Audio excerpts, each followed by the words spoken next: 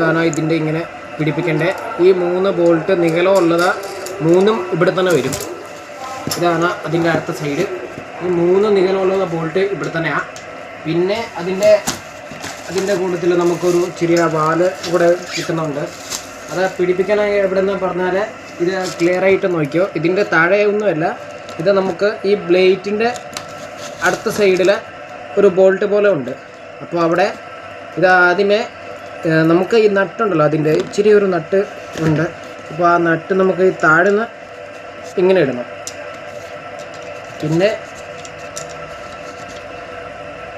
ഈ വാല് ഇപ്പുറത്തെ സൈഡിൽ അതിൻ്റെ സൈഡായിരിക്കും ഇവിടെ ഇങ്ങനെ വെച്ച് ഈ ബോൾട്ട് താഴ്ന്ന് ഇങ്ങനെ ഇടണം.